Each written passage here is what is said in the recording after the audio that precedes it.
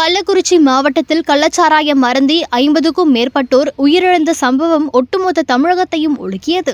இதையடுத்து தமிழகம் முழுவதும் மதுவிலக்கு அமலாக்கப் பிரிவு போலீசார் தீவிர சோதனை மேற்கொண்டு வருகின்றனர். பொள்ளாச்சி அருகே கேரள மாநில எல்லை அருகில் மதுவிலக்கு அமலாக்கப் பிரிவு போலீசார் தீவிர வாகன சோதனையில் கடந்த 2 நாட்களாக ஈடுபட்டு வந்தனர். கடந்த 22ஆம் தேதியன்று பொன்னாபுரம் பிரிவில் சரக்கு வாகனத்தில் கடத்தி வரப்பட்ட 822 மதுபான பாட்டில்களை பறிமுதல் செய்தனர். மேலும் கடத்தலில் ஈடுபட்ட செந்தில்குமார், விக்னேஷ், ஆனந்த்குமார் ஆகியோரை கைது செய்து அவர்களிடம் மேற்கொள்ளப்பட்ட முதற்கட்ட விசாரணையில் புதுச்சேரி மாநிலத்திலிருந்து கடத்தி வந்தது தெரியவந்துள்ளது. விசாரணையை தீவிரப்படுத்திய மதுவிலக்கு அமலாக்கப் பிரிவு போலீசார் பொள்ளாச்சி ராம் நகர் பகுதியில் பதுக்கி வைத்திருந்த 500 வெளிமாநில மது பாட்டில்களை பறிமுதல் செய்தனர். மது பாட்டிலில் கள்ளச்சந்தையில் விற்பனை செய்து வந்த விஜய், முருகன், முத்துப்பாண்டி, கார்த்தி, முகமது யாசிப், சிவா உள்ளிட்ட 9 பேரையும் கைது செய்துள்ளனர்.